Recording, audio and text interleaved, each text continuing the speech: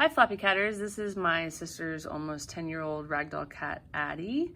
She was seen at an urgent vet yesterday. It is called Urgent Vet for an abscess. My sister noticed that she was licking near her rear end, and they took her to the regular emergency vet near them, and they were swamped. So they suggested Urgent Vet, which is probably like a 25-minute drive from their house. And as you guys know, my sister had a baby a couple weeks ago, so I took over so that her husband could be home with their newborn and their toddler and my sister. So I took her out to urgent care, and they drained the wound, cleaned it up. She got some antibiotics, and now it's all about the wound care. So I am over here because I'm going to do ozonated saline on it. In addition to the ozonated saline, we are doing red light and blue light therapy on it because those things will help the wound heal and hopefully a little more quickly. I don't want this to get any worse for my sister. She doesn't need another thing to manage right now, so that's why. The vet suspected that it was done by ash. She said usually this is a cat that causes something like this.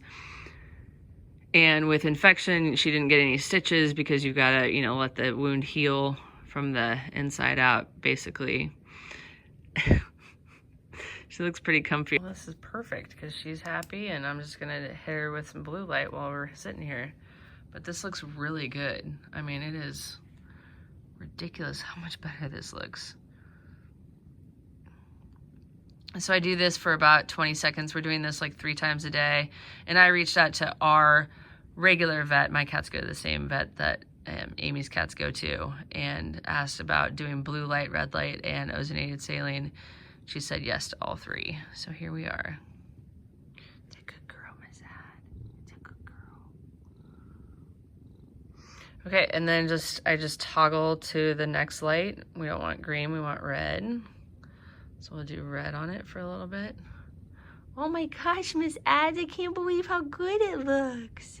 It looks so good. You're doing a good job? Yeah. I wasn't sure how I was gonna tackle this situation because of the odd placement of it. I don't wanna get her tail wet. I don't wanna get anything else wet back there. So what I did is I tore a paper towel in half, and then I folded it twice, and then I dunked it. This is ozonated saline in this bowl. I was gonna dunk her back end in there, but I thought that would, she's very comfortable right now, and I don't wanna, she's had, a rough 24 hours. So I wanted to keep her as calm as possible. So I'm gonna just keep, I think, replacing them. Okay, there we go. I'm gonna place it on one more time. She didn't like that one as much, I think, because it got all over her tail. There we go. I know. It's just rude. Everybody focusing on that back end. I know, it's rude. She's a nice cat. Cool.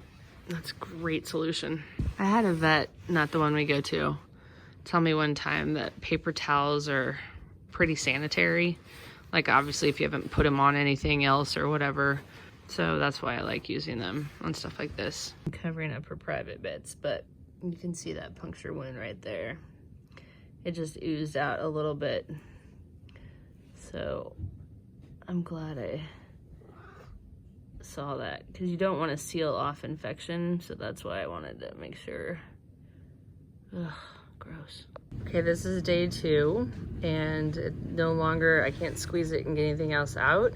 So I'm gonna stop using ozonated saline and just use red and blue light from here on out. And hopefully she didn't like me pulling her down. Then hopefully it'll start to scab over. It's now Wednesday, less than 72 hours later, and it is nearly healed. It's scabbed over. Our vet said to stop the ozonated saline once it started to scab over. And I had been squeezing it to make sure that nothing else was coming out, and she said if it's like clear with a little bit of blood or nothing at all, then the infection, has been squeezed out. And I only ever squeezed out like less than a pea size amount, and that was Monday night. And then last night I squeezed and nothing came out, and so then that's when our vet said it's time to just let it scab over and heal completely. And then she will get her cone off when well, my sister will have to monitor her, but our vet said as long as she's not bothering it at all, then it's time to just remove the cone. So really, really, really pumped about this working so well, not only because of my sister's situation with a newborn baby, but also, you know, expedited healing for Addie so she doesn't have to wear the cone of shame for very much longer. I've got Addie on my lap today, so I skipped yesterday. Today it's a little redder, but it's still healing well. She's gone a little bit without her cone, and she wants to clean her bottom because, you know, when she goes to the bathroom, that's pretty normal cat behavior. And then a couple of swipes on her tongue can get this little red, so she's got to keep her cone on longer. I think because of the location of this is why, not because it's, you know, getting worse, but it's because she's going after that other area that I think has made it a little more red. All right, guys, she's eating, so I'm taking a video. This is Tuesday, so this is more than a week later that she has had time to heal. That's how fantastic it looks. I think my sister told me she took her cone off a couple days ago because it's healed so nicely, and we're all back to normal. All thanks to the Photonic Health Multi-Light and the veterinarian at Urgent Care, or at Urgent Vet, that helped her, and the antibiotics, I'm sure. But I do think that the Photonic Multi-Light totally accelerated the healing process and got that cone off of her quicker. Thank you guys so much for watching. We'll see you next time.